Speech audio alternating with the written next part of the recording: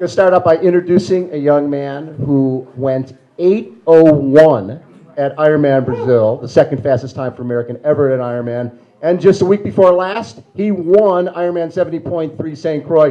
Give it up for Mr. Tim O'Donnell. Theo.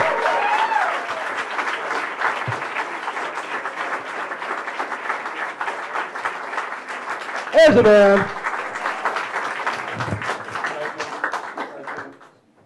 Right there, buddy. Nice. So we'll start with most recent things first. St. Croix. Talk a little bit about this new coach you have, some new guy named Mark Allen, 6-time Ironman champion. You may have heard of him. May have heard of him, the grip of death, that type of stuff.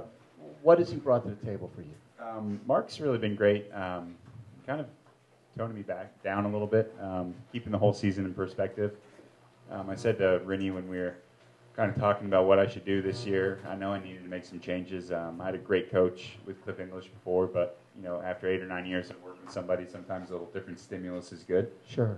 And Mark just kind of came up on the radar, and I said I needed a Kona coach, not really a triathlon coach in this point in my career. Right. And Mark fit the bill perfectly. Well, you think about it. He's coached Chris McCormick, who won the Ironman, coached Tim DeBoom, who's won the Ironman, and he's coached Peter Reed, who's won the Ironman. So that's a lot of wins he's coached. Yeah, and we have not had an American win since Tim DeBoom in 2002. So did you feel, when you went into that race in St. Croix, did you feel like, you know what, I don't know if I've done that much speed, if I'm ready to go this fast? Yeah, we did St. Anthony's and then St. Croix, and I was scared to death before St. Anthony's.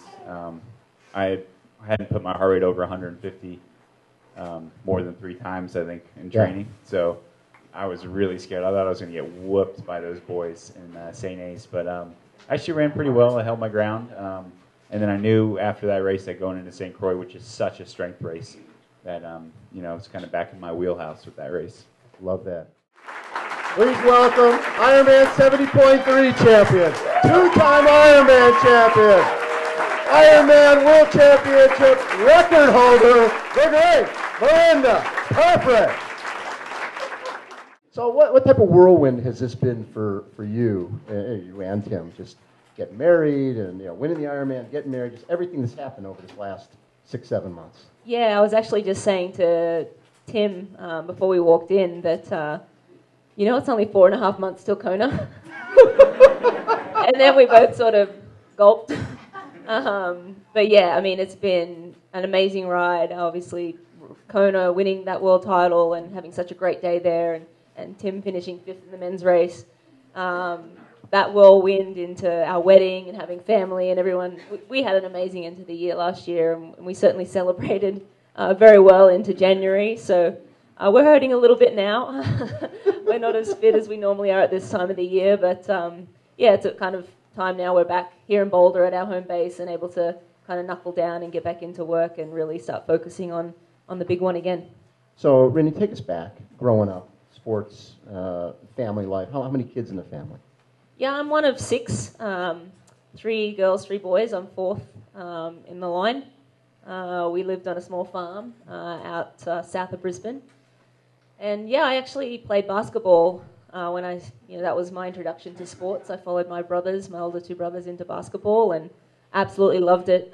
Played from when I was 7 till 18, and that's when I found triathlon, and I think I was just looking for a new challenge. I never swam, biked, or ran other than, in the backyard pool or running around the farm or, on my BMX bike, trying to keep up with my brothers. But, something really spoke to me about this sport, and I was kind of hooked really early, and success came very quickly to me. And after, being 5'3", I played basketball for 10 years and 11 years, and I never, made an Australian team. I was just scraped in on the, on the state level, and it was always just so hard. I worked harder than everyone else. I was fitter than everyone else, but most coaches can't see that low. So it was kind of a constant battle, and I think triathlon really spoke to me because it was about who worked the hardest, which I was happy to do.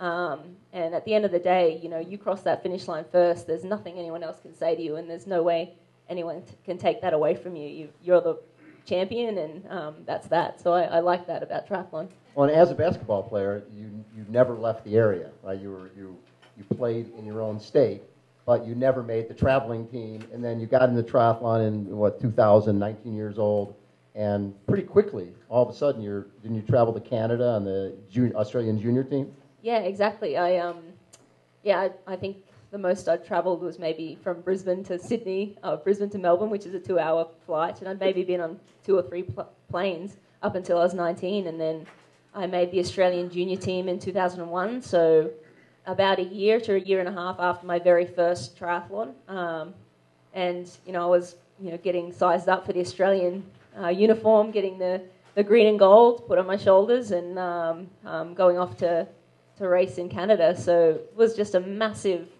eye-opener for me. Sure. And, I sucked that first year. I think I was last in the race in Edmonton because I still couldn't swim. But it was just a great experience and just really showed me what, I needed to do to make the next steps to be great at this sport. And who got you into triathlon? Was it somebody from basketball who said, listen, kid, 5'3", we can't teach height? No, I didn't quite get kicked out of basketball. They didn't sort of send me to another sport. But no, it was actually our team physiotherapist was also a triathlon coach. He coached a couple of triathletes at the same centre where I played basketball. Yeah. And in the off-season, I was doing I was doing the extras. I was doing weight training. I was doing a little running to get ready for the upcoming season, and met a couple of triathletes. And then just one day out of the blue, our physiotherapist just said, you'd make a great triathlete. I've seen the way you run. You run really naturally well. Have you ever thought of giving triathlon a go? And I was just like, you know what? No, but all right, let's do it. And the next day he said, okay, bring your swimsuit and goggles. And I'm like, well, I don't have any goggles. He said, well, just bring your swimsuit so I can have a look at you swimming. And I'm like, okay. So I come the next day in my bikini. That's a swimsuit. And I'm thinking, I can swim. I swam up and down the backyard pool. Sure. Played Marco Polo. I'm one of the best. What the hell? And then dived in, and I took like maybe 10 or 15 strokes, and then lay back on the lane rope and looked up at him. He just shook his head and walked away. And I'm like, so I'm in? Is that good? Anyway, he straight away sent me into a swim program, and we had a lot of work to do. But my basketball coach, one of my basketball coach who kind of took me under his wing as a junior, he was absolutely heartbroken when I told him I wanted to do triathlon. But I didn't have the money to buy a bike, and he said, well, if you're going to be a triathlete, I'll lend you the money. So he paid for my first bike, which is about $1,000 bike, which was plenty for me. But yeah, I mean, I had some great support starting out there. So Tim, swimming was your thing, right, growing up? And when did triathlon come into your life? I guess my freshman year at the academy. So not in high school, not until you got to the academy. No, I was a swimmer, Bob, but I wasn't a good swimmer. I don't know. Weren't you with the teddy bears, the golden bears? That's right, the Roseville Sugar Bears. The Sugar Bears. Yeah. I know, yeah.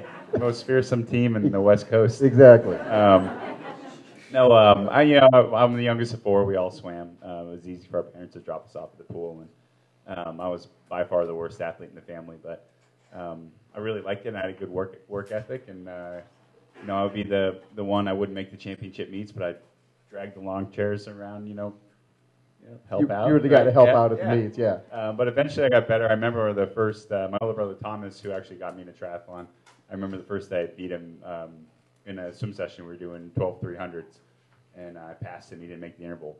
And it was, this kind of like, all right, I can do this, This is your sport. I got beat up afterwards for it, but from that I had a lot of confidence, and kind of everything progressed well. And then I went to the Naval Academy, and Thomas was a senior there, and I was a freshman. And Thomas said, "You're trying out for the triathlon team," and I said, "I don't want to." And he said, "You're trying out." And I said, "Okay, I guess I'm trying out." And I did. I made the team, and after 2 years of swimming and staring at that black line for 5 hours a day, I said, "All right, I want to." Do something different. I went to Wildflower, which was then Collegiate Nationals. That's right.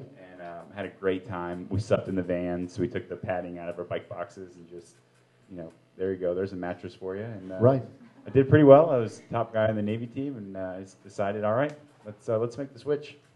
And the transition from there to becoming a professional. So you were basically chasing the Olympics at that point, correct? I mean, when you got to that point.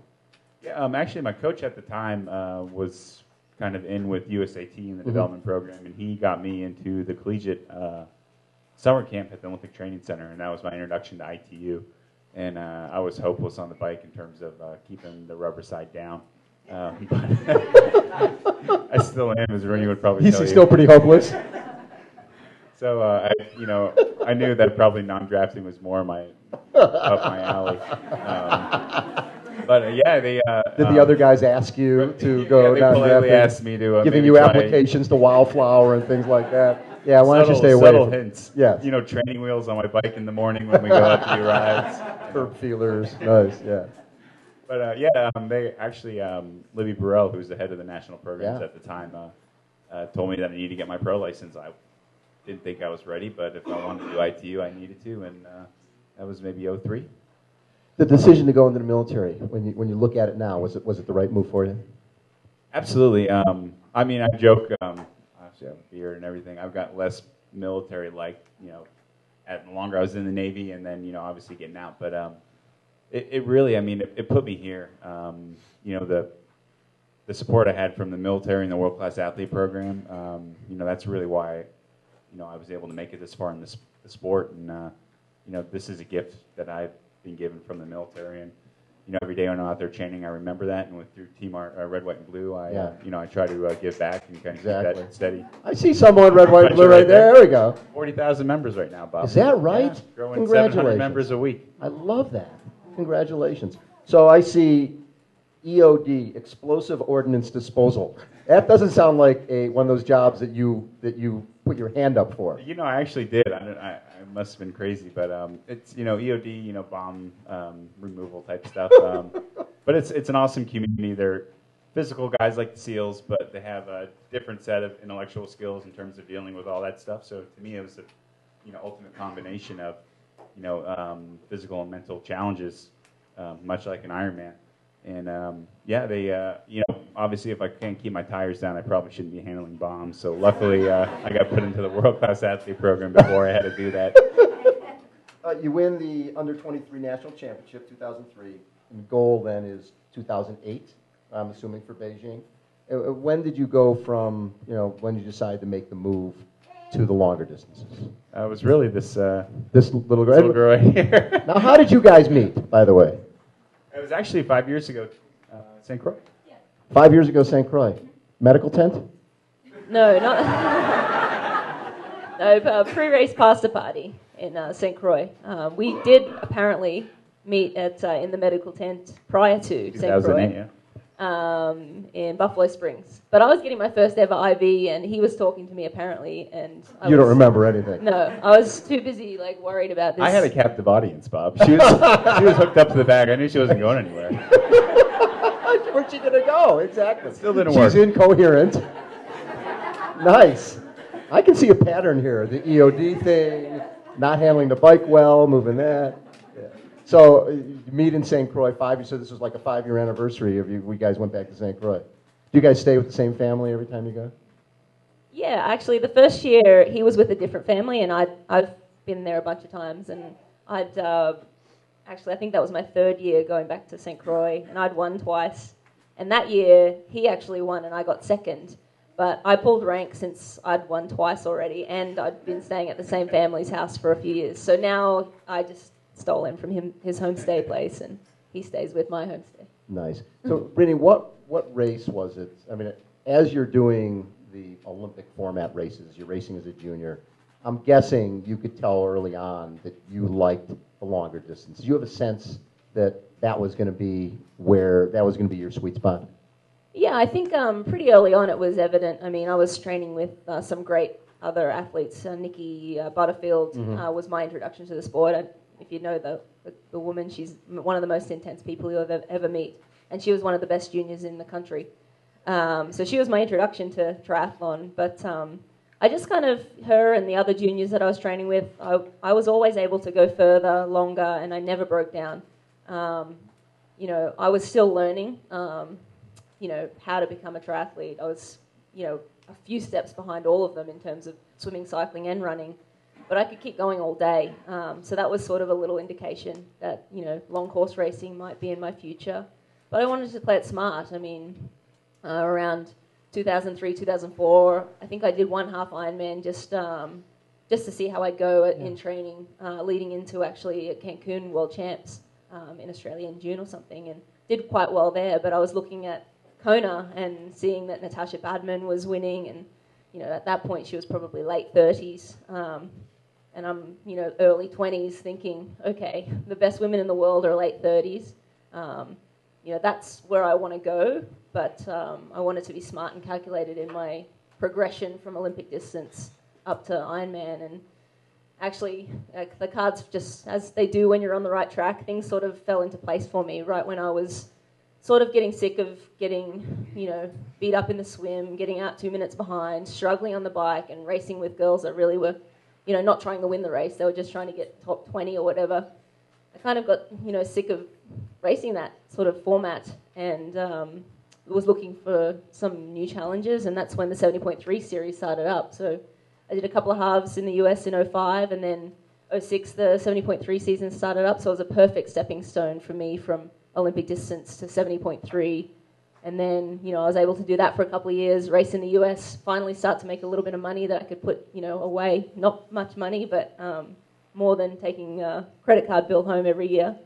And working at Bunnings Warehouse, which is the equivalent of Home Depot here. To pay off the credit card. Yep, exactly. But yeah, no, things sort of progressed beautifully. And then, I got a ticket to Kona through winning the 70.3 World Champs in 07. In Clearwater. Exactly.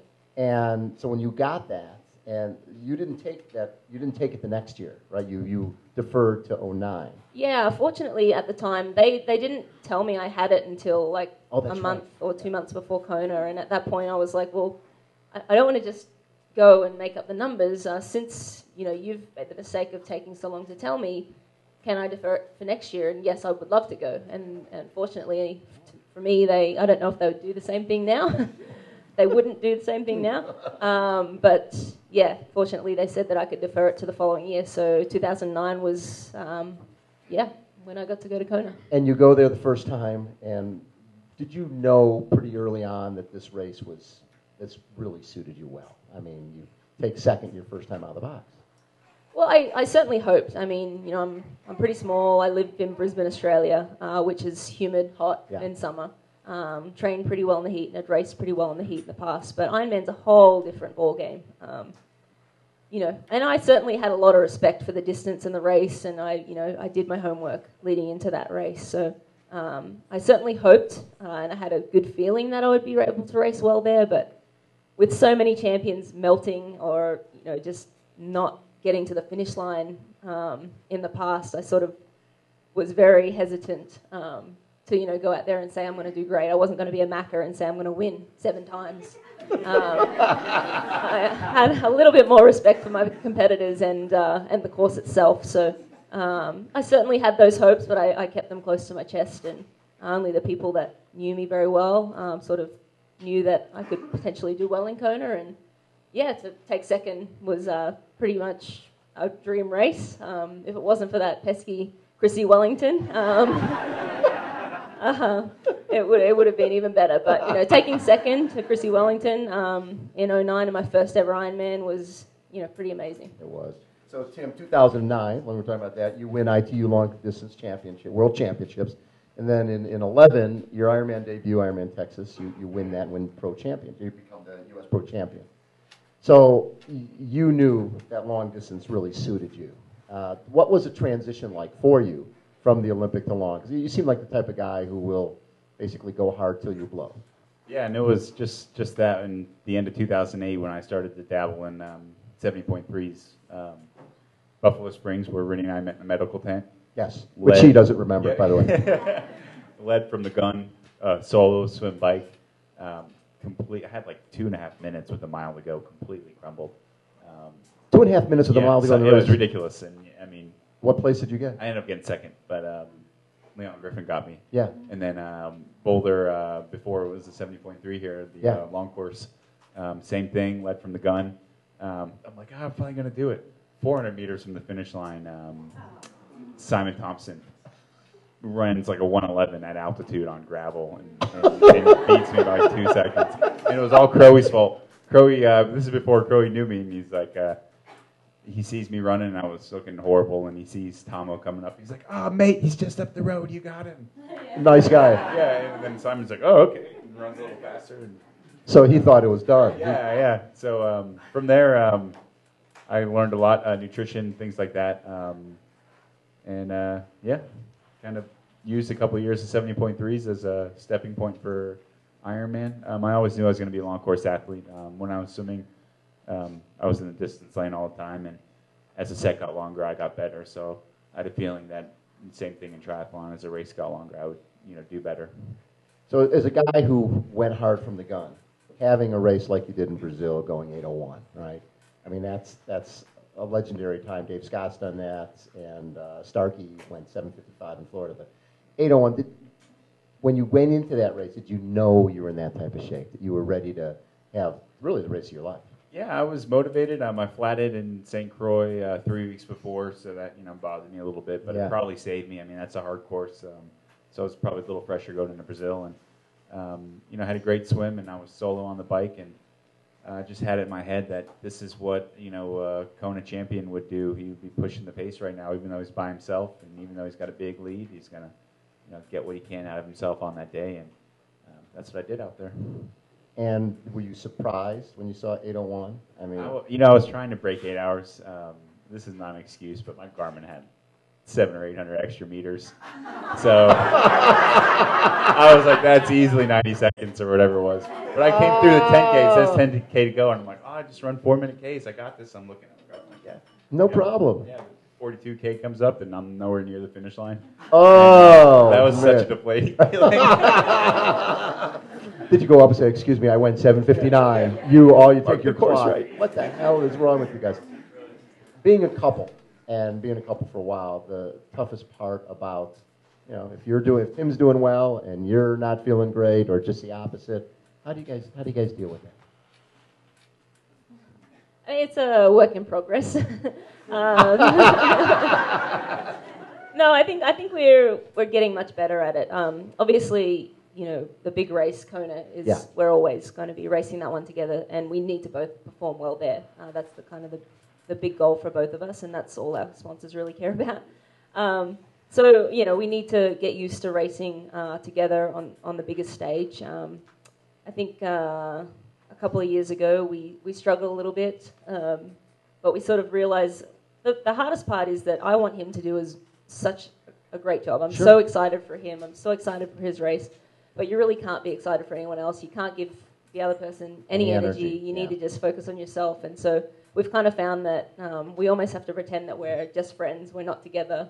During that week. During that Kona week. I mean, that's 1 week of the year where we're like, you do your thing, I'm going to do my thing. I mean, he's got obligations. Race week is always crazy. You're getting pulled in 15 different directions. You're on edge just because, it's the biggest race of the year. So we've found that, it's best for us just to try and focus on ourselves and not think about the other person and let them think about themselves and deal with themselves. And I've got a great team. I mean, Wendy Ingram is one of my managers. She's obviously a name that a lot of you would know. She's been to Kona many times. Also, Shannon Delaney has managed, Welshie, Paula, Heather. I mean, a bunch of superstars that have raced in Kona too. So I've got a fantastic team, and Tim's got a fantastic team. And in Kona, we really rely on them to help us stay on task and get what we need to get done without using up too much energy on other people. So. Tim? Now, so in St. Croix, you can tell, this is how you know I've been talking to Mark Allen way too much. But, we're racing. I see Rennie. She's not having a great race. And, I'm on the front. And we've got a lot of good runners behind me. And I kind of said, all right, I'm taking your energy. In my head, I'm taking your energy, Rennie. This is, we're a team now, and we have a chance to win at this race. So one of us is going to win. In my head, I'm gonna do this, and we're gonna get a win this weekend. So, do you guys stay separately during Ironman week? We haven't reached that point yet. Not quite yet. Usually, one's into air conditioning, one's not. One's cooking, and the first year. My first 9, 10, and 9, 10, and 11, I stayed in the same condo. Yeah. 9, 10, and 11, I got, second, first, second. Yeah. And so in 11, Timothy was doing his first Ironman, and I'm like, well, we're staying in the same condo.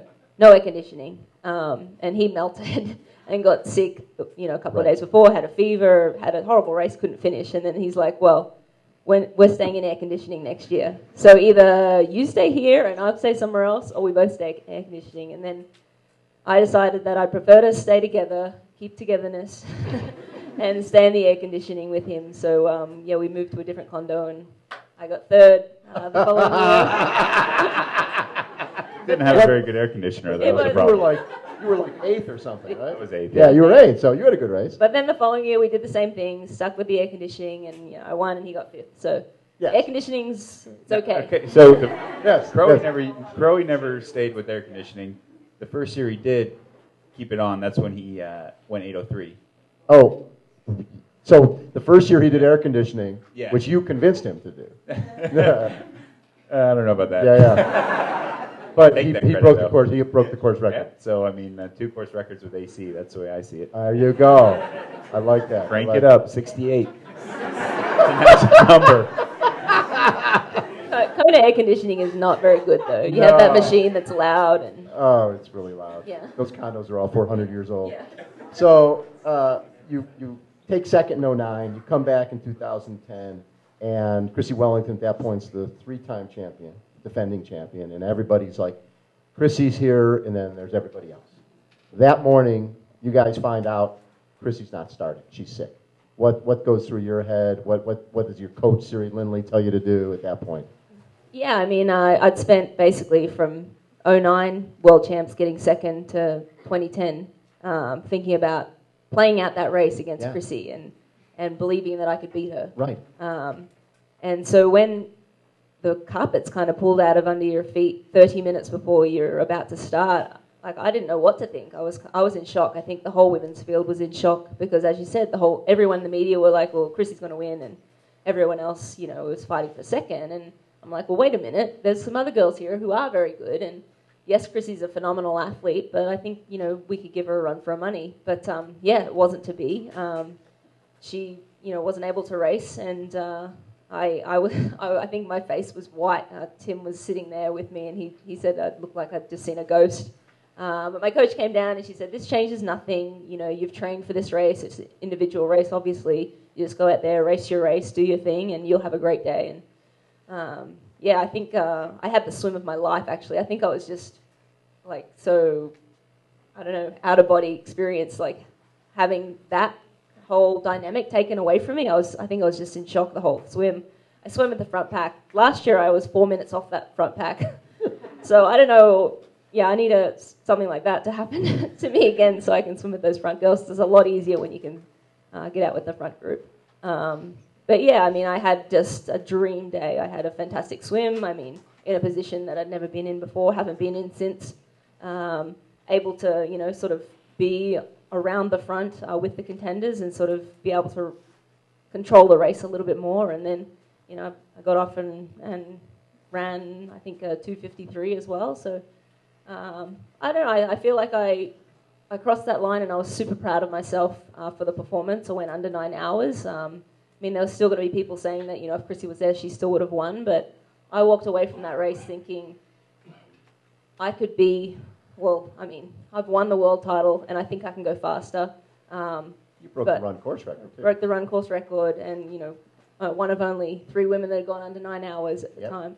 But, I was super proud of that performance, and, I had to listen to the critics all year long, which still fueled my fire, telling me that Chrissy could still beat me, and Chrissy was still the best Ironman athlete.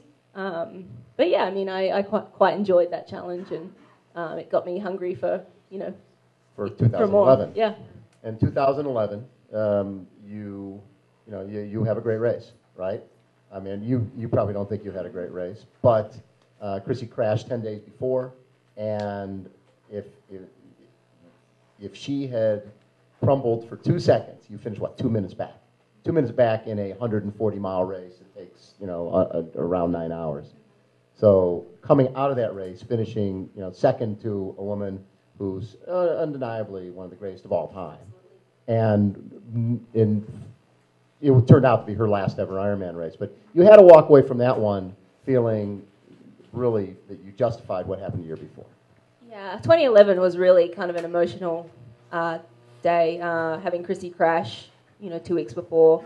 But also, I kind of went into that race knowing I hadn't done everything perfectly. When I won in 2010, I celebrated that win. You never know if you're going to win again. You want to take every opportunity that's given to you,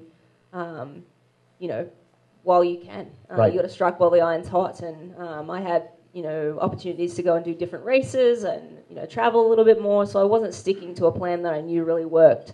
And I knew leading into Kona that I wasn't better than the year before.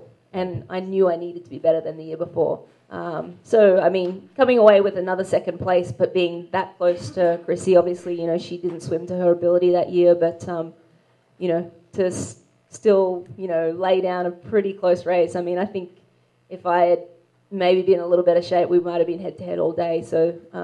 that still bothers you? Yeah, it's just disappointing because I don't get that chance to go and race her again, right, because that was her last ever. At the time it was very emotional, crossing the finish line in second place and knowing I hadn't done everything I should have done in order to get to that start line in great condition. But, in hindsight, it's all a learning experience and has gotten me to where I am now.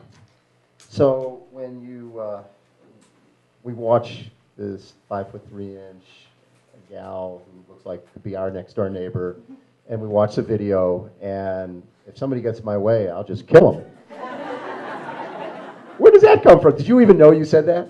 I've seen that footage a couple of times now, and I just laugh every time I see it because that's not even me. Honestly, you get to Kona and you kind of, I don't know, the intensity's just switched to a whole another level, and you get into that interview room and they're asking you all these questions, and you're just so you're ready to race. It's 2 days before the race. You're rested. You're fiery, and that's what I had to say that day. I was ready to rip someone's head off.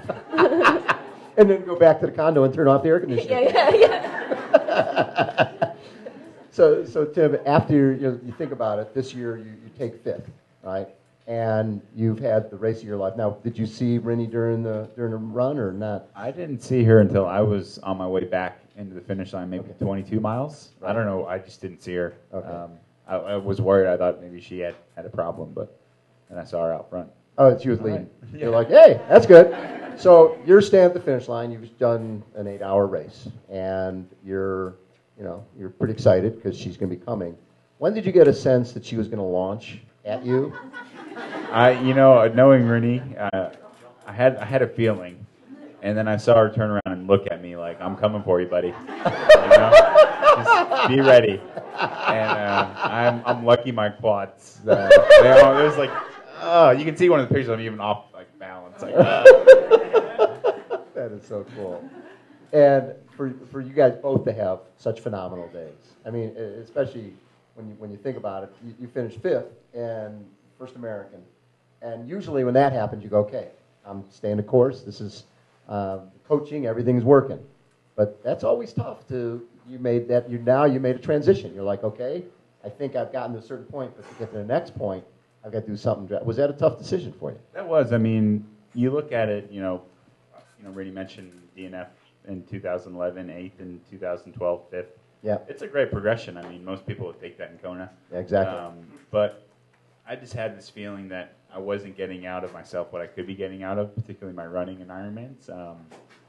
And it was really hard. I mean, it was a really tough decision to make. I mean, Cliff's one of my best friends, and he's was more than just a coach. And we obviously still have a great relationship. But we're in the driver's seat. Nobody wants me to win Kona more than I do. So those decisions are all on my shoulders, and I just need to take responsibility, and hopefully this works out. Well, and when you've got a guy who is a 6-time champion, I'm sure whether sometimes you look at the training and go, I don't know if I can go this slow. Mark is all about slow, fat-burning workouts. And for someone like yourself who likes to go, That must be tough. Yeah, and I did a test at the beginning of the year, and fat burning test, and the guy that ran the test said, "You have an awesome ability to buffer lactic or acid. You can go there and come back, but I don't need that for an Ironman." And all the training I was doing was really, gave me that ability, but I need to be able to burn fat and have that energy in an 8-hour race. Best race you've ever had? Mum's Pond Sprint Triathlon. No, I'm just kidding. We're all going. We're Googling. Okay. No, probably Ironman Brazil. That was a great race. Yeah. That and Armed Forces National Championships. I beat my older brother Thomas the first time I ever beat him. Ooh. That was pretty awesome. Did he beat you up afterwards again? I put on a few pounds by then, so. So, after Chrissy retires, I know how driven you are. I'm going to kill whoever. And having this person who is a 4-time champion and is hanging him up when you're like, no, I need you. Was it hard for you to get motivated and not to say that the other women aren't great. You got a lot of great women out there. You got Julie Dibbins, Leanna Cave, the whole bit. But you've got one person who's finished in front of you, and that's Chrissy Wellington, and she's gone. Heading into 2012, was that hard? Yeah, absolutely. Having that goalpost kind of moved was definitely hard. And as you said, there's still phenomenal athletes getting better every year. Carolyn Steffen was knocking on the door every year. Yep. Rachel Joyce. Obviously, Julie Dibbins is a great sparring partner of mine. She actually wasn't able to race the next year either after her foot injury. So yeah, 2012 was a little bit tougher to get motivated. I changed coaches as well then. I sort of wanted to try some different things. I felt that I was getting a little stale, and I really felt that I needed to make a massive step to the next level. And then, Chrissy, stops racing. So, yeah, it was sort of a tough year to just motivate and have... that's not to say racing Kona in itself is very motivating. Every day when I'm out running, I think about the race and it really excites me. It still excites me. And hopefully will for, another, 5 years or 4 years or however long. While it still excites me, I'll still be racing. But, to have, that person, Chrissy was training in Boulder too, so I'd, sometimes go down to Dave Scott swim sessions and see her just ripped to pieces, just muscles bulging everywhere and just be like, all right, I gotta get to work. I'm going to take her down. But yeah, having that motivation gone was definitely tough. But I dealt with it and kept pushing forward, and actually didn't have a fantastic race in 2012, but still able to pull off a podium in the end. Yeah. How about this? So her second, first, second, third, first are 5 times. How about a round of applause for the legend? So, what makes somebody a champion? Over the years, you look at Dave Scott was thought of as a swim bike guy, and then he became the best runner, right? And Paul Newby Frazier felt that she couldn't win the race unless she had a huge lead off the bike. Well, her last win, she went head-to-head with Natasha during the marathon. For someone like yourself, people thought, okay, Rennie's not a great swimmer. She's not that strong on the bike. And this summer, Tim, you saw some stuff, some training rides that changed the game a little bit. Yeah, that's what I think Rennie, everybody knows Rennie as a great runner, and it's a little bit to her discredit that, she's a great cyclist, and I think she runs so well because she's a strong cyclist and plays it smart on the bike. Right. Who's in control, and I don't know if anybody's done the Wiggins ride, gone down to Boulder. You turn east out of Boulder and ride to Kansas for 80 miles, turn around and come back. So it's a 160-mile ride, one turn. And so we're out there. It's the 2 of us, Crowe and Chris Lee, who's the fittest guy I know. Right. Hands down. Always. On training day, he will crush anybody. So the 4 of us are out there, and we're 35, 140 miles, and the 3 of us we're starting to hurt. Tongues are hanging out, falling off the back. The boys. And Rennie's up front, just pedaling away. And it gets to the point where Crowe's like, hey, Rennie, why don't we go to the front, and we don't want you to get too tired. Well, let us take a turn. But he just wanted to slow the pace down. He's like, I'm gonna get popped. But the next day, Chloe and I were running, and we both said, this isn't a question. This is Rennie's year. She's got this race. So I was when we got to Kona, there wasn't one moment where I was really nervous for Rennie. I was completely confident. You knew. Yeah, game closed. Yeah. And during the bike ride, when you were making up time on the other girls, you must have been like, yeah. Probably a big smile on my face. That was sort of, for me to get out 4 minutes behind, I sort of expect to lose time on the bike. I don't expect to lose time, but generally that's what happens. By the end of the 180K, I'm down 6, 8, 10 minutes, and that's okay for the most part, because generally I know I can take a lot of time out of most of the girls on the run, as long as I run to my ability and they don't do anything that I haven't seen before. So to get on the bike, and then I think by riding up to Harvey, I was only 2.5 minutes behind. And that's a pack of 8 women, 8 of the best women in the world, riding together. There's certainly an advantage to riding in a group. It has its disadvantages as well in terms of you need to be very switched on and making sure you're staying out of the draft zone. So I think it's a little bit more mentally taxing riding in a group, but physically, I've seen that some of the girls' power files that sat in, and they weren't riding anywhere near as hard as I was. To ride on my own and catch up to those, some of those women by the halfway mark, I was absolutely stoked. Coming down from Harvey, I knew they would see me and they would turn on the jets a little bit. And they did. I ended up getting off about 8 minutes down from the lead 3 girls. Right. So that meant the best 3 cyclists in the world put 4 minutes into me, basically, or 3.5 minutes into me on the bike. So, I'll take that. Absolutely. Yeah. So, at that 2013, you're basically racing a ghost. Chrissy's not there. And how important was it to you break your run course record, 250, which is unbelievable, and you break her Ironman course record. So, she's not there, but those numbers are there. How important was that to you to put those, to break those records? At the time, it really wasn't important to me. Winning another title was important. That's what meant everything. Absolutely. And I actually didn't, I wanted to, run as best as I could off the bike. I didn't know that I had a 250 in me, a 250 marathon. And I actually stopped really looking at my clock once I, was back on the Queen K and in the lead. I was just basically trying to give it whatever I had left in the tank and, cross that finish line with nothing left, except for enough to jump on this guy. I wish you left it all out there. But I actually didn't find out that I'd broken the course record until Welshie was interviewing me a few minutes after crossing the finish line. That's just nice. It's nice to know that, I've had the fastest Ironman time in Kona, the fastest run split. Yep. It's kind of just a stamp on that world title. But the world title was really what I was after. And I don't know, when I look at the times, I'm just like, wow, did I really do that? It's kind of like still pinch yourself material. But yeah, I think it's just pretty cool that I was able to, do that, and now hopefully I don't have to hear people say that. Still, I think Chrissy in her prime, myself in my prime, I think in Kona, I think it'd be a very close battle.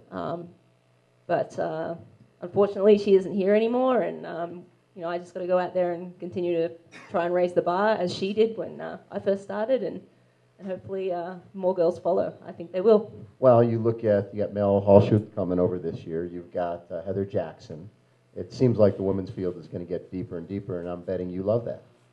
Yeah, it makes certainly, for me, it just, the more competition, the more excited I get. And that motivation and excitement just gets the best out of me on race day. I think that's why I'm able to race or put it together well in Kona, just because, you put it all on the line, and having that sort of pressure and excitement really gets me going, and it gets me going all year long.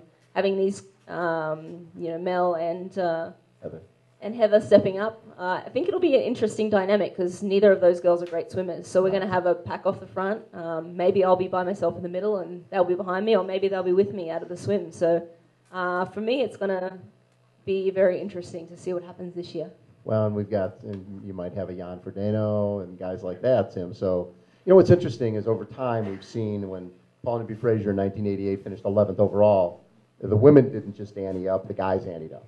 When Rinny has the third fastest run of the day and outsplits the male champion, you see the guys, I know one guy that's going to pony up. Yeah, somebody's going to pony up. And I'm not going to say anything. I've been sort of sworn to secrecy about other guys who might have been chicked during the marathon. But I have no idea, initials T.O., who might have been chicked during the marathon. But yeah, 29 seconds, sorry. I can get more than that with my new Newtons. Oh! There we go. On a great day, Tim, how fast can you go there? How fast can you go in Kona? Or does it, because of the conditions, do you not even think about time there? I don't want to put numbers on it, but... Nobody's watching this video thing here yet. Shut that off. I think I go a lot faster. I think I can run 10 minutes faster and ride 10 minutes faster. Okay. So, yeah. So you better take him down. There we go. A round of applause for Mr. O'Donnell. This rest of the summer, I know you guys are both going to Challenge Atlantic City, and that is sort of a relay, right? You guys will be relaying out there. That's sort of fun to do those type of things, right? Mix it up a little bit. And then Challenge Roth. Are you both going? No comment at this point. No, I'm racing. I'll be racing Roth, and Tim's not going to race, but he may come out and just watch. Yeah, definitely come. It's going to be great. 30th anniversary. It's going to be really, really special. We're excited about the challenge races. I think it's going to be awesome having them come to the U.S. and kind of raise the bar here a little bit. So when you look at your build up to Kona, Challenge, like you said, Challenge Atlantic City, Challenge Roth, and I know you like to, when you're getting within a month or so of Kona, would you do Mont Tremblant, the 70.3 Worlds, and try to do that double, or stay away from that and do something different? No, I mean, even without doing Roth, Kona's a big enough event for me to try and mentally and physically get ready for. Every year last year I did Muskoka leading into World Champs, and that's a great race to lead into. It's the same weekend as Mont Tremblant, under the radar, low key, super hard race. The bike is like 97 kilometers, and the run is one of the hilliest runs you'll have out there. So it's a great test, but. This year we might change it up a little bit just because I already do have, Challenge Roth. That's obviously a big event and something to get up for. So I don't know what I'll do after Challenge Roth, whether I will do a tune-up race 4 or 5 weeks out, or whether I'll just sort of train through to Kona. So no Mont Tremblant for me. All right. How about a big round of applause for Tim O'Donnell, Mirinda Carfrae,